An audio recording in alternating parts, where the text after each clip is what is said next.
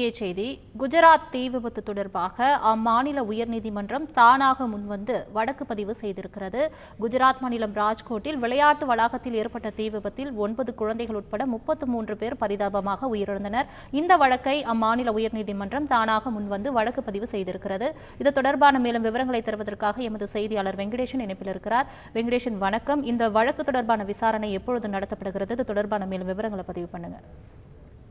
வணக்கம். குஜராத் மாநிலத்தில் ராஜ்கோட் நகரில் உள்ள விளையாட்டு வளாகத்தில் நேற்று மாலை நிகழ்ந்த பயங்கர தீ விபத்தில் 9 குழந்தைகள் உட்பட தற்போது வரை 33 பேர் பலியாகியுள்ளதாக தற்போது தகவல் வெளியாகியுள்ளது. இந்நிலையில் இந்த வழக்கை குஜராத் உயர்நீதிமன்றம் தானாக முன்வந்து நாளை விசாரிக்க உள்ளது. இந்த வழக்கை மாநில உயர்நீதிமன்றம் தானாக முன்வந்து வழக்காக பதிவு செய்துள்ளது. ஏற்கனவே அம்மாநிலத்தின் சார்பில் 5 பேர் கொண்ட சிறப்பு விசாரணை குழு அமைக்கப்பட்டு 72 மணி நேரத்திற்குள் இந்த தீ விபத்து குறித்து அறிக்கை அளிக்க மாநில அரசு உத்தரவிட்டுள்ள நிலையில் இந்த தீ விபத்து தொடர்பான விவகாரத்தை குஜராத் உயர்நீதிமன்ற கோடைக்கால விடுமுறை அமர்வு நாளை விசாரணைக்கு எடுத்துக் கொள்ளும்.